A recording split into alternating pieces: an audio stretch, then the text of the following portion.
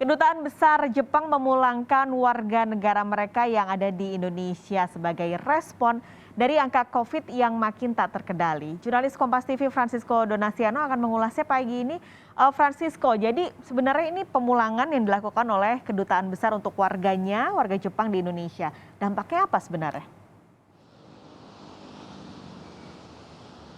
Kalau melihat pada dampaknya terkait pemulangan atau kepulangan warga negara Jepang pada khususnya ke negeri matahari tersebut, Pascalis dan juga saudara, berdampak pada okupansi dari sektor, dalam hari ini ada sektor properti atau lebih tepat, lebih spesifiknya lagi pada subsektor apartemen sewa baik itu servis ataupun juga non-servis, khusus ya di daerah Central Business District Jakarta seperti contohnya Sudirman, Tamrin, kemudian Pondok Indah dan juga Gandaria, Pascalis.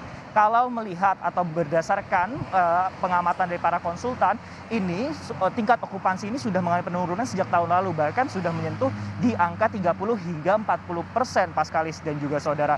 Dengan adanya penurunan ini tidak hanya warga negara Jepang saja Pascalis, namun berikutnya kalau berdasarkan informasi yang kemudian kami kumpulkan, ada juga dari pebisnis bahkan ekspatriat dari Taiwan juga sudah melakukan pemesanan untuk kembali ke negara asalnya per tanggal 28 Juli mendatang. Di mana kalau berdasarkan kalau untuk negara Taiwan sendiri mencatat dari tanggal 6 hingga 12 Juli sudah ada 72 orang warga Taiwan kemudian positif COVID-19 dan sudah bertambah kemudian 4 warga Taiwan yang terpapar COVID-19. Hal ini kemudian dari akibat minimnya okupansi ini juga ada beberapa faktor lainnya sebenarnya Pascalis dan juga saudara, adalah kondisi ekonomi global yang terus terkoreksi berdampak pada penundaan relokasi perusahaan terhadap pekerja. Selain itu juga persaingan industri hotel juga tidak dapat dipandang sebelah mata juga Pascalis dan juga saudara, karena menawarkan berbagai macam harga yang mulai harganya ekonomis dengan layanan yang serupa. Pascalis, lantas sebenarnya ada apa dengan warga negara Jepang yang kemudian pulang ke negaranya tersebut? Kalau berdasarkan dari keterangan Duta Besar Jepang untuk Indonesia yaitu Kanasu Kenji menjelaskan bahwa salah satu faktor utama adalah sulitnya mendapatkan akses vaksinasi terhadap warga negara Jepang. Mengingat bahwa per tanggal 1 Juli maksud kami adalah 1 Agustus mendatang, pemerintah Jepang ini sudah mempersiapkan untuk program vaksinasi terhadap masyarakat ya.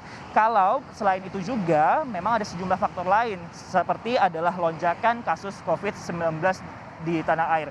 Melihat pada paparan data dari covid19.go.id sebenarnya Pascalis dan juga saudara kembali mencetak rekor baru untuk kasus COVID di tanah air yaitu sebanyak 6.757 penambahan kasus COVID-19 dibandingkan dengan hari sebelumnya. Namun menurut Menteri Kesehatan sebenarnya Pascalis dan juga saudara, tingginya jumlah pertambahan kasus COVID-19 di Indonesia atau di tanah air ini disebabkan oleh masifnya tracing yang dilakukan oleh pemerintah dan juga data yang baru saja terakumulasi oleh Kementerian Kesehatan. Faktor lain tadi sudah disebutkan adalah faktor vaksin, kemudian adalah faktor tingginya lonjakan COVID-19. Yang terakhir adalah kemudian adanya varian Delta dari virus COVID-19, di mana menyebabkan untuk melindungi warga negara Jepang, maka pemerintah Jepang mengambil langkah inisiatif dengan bekerja sama dengan perusahaan swasta menyediakan penerbangan khusus per tanggal 14 Juli kemarin. Dan kalau kami pantau, sebenarnya sudah banyak warga negara Jepang yang sudah mengantre untuk dipulangkan di Bandara Internasional Soekarno-Hatta per tanggal 14 Juli kemarin, Pascalis dan juga saudara.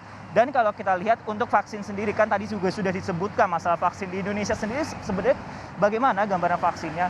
Dari target 280 juta masyarakat Indonesia yang ditargetkan dalam vaksinasi nasional, baru 19% saja sebenarnya Pascalis dan juga saudara yang sudah menerima vaksin dosis pertama atau sebanyak 39.628.149. Dan kalau kita melihat juga dengan adanya pemulangan ini, selain berdampak pada okupansi, ditambah pada kalau kita melihat tidak hanya Jepang saja kemudian Taiwan. Berikutnya informasi yang kami dapatkan, bahkan warga negara Vietnam dari Kedutaan Besar Vietnam di Indonesia sudah akan berencana akan memulangkan sejumlah warga negaranya dan membuka pendaftaran hingga 23 Juli.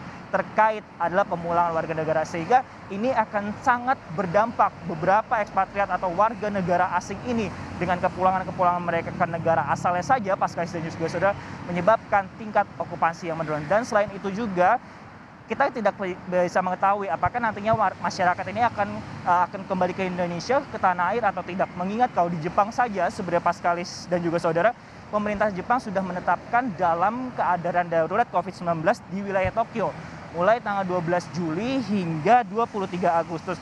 Dan selain itu juga informasi yang kami dapatkan nantinya pada tanggal 23 Juli hingga 18 Agustus, mengingat bahwa Jepang menjadi tuan rumah dari Olimpiade juga, namun tanpa penonton. Karena di Jepang sendiri sekarang sedang mengalami peningkatan kasus, yaitu sudah tercatat ada 800.000 kasus dengan 14.000 angka kematian.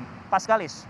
Oke, dengan tidak efektifnya penanganan pandemi di Indonesia, ada efek domino yang akhirnya dihasilkan. Salah satunya adalah ekspatriat yang pulang kembali ke rumahnya dan membuat okupansi properti menjadi turun. Terima kasih banyak Francisco Donaciano mengulas langsung dari kawasan Jakarta Selatan. Dan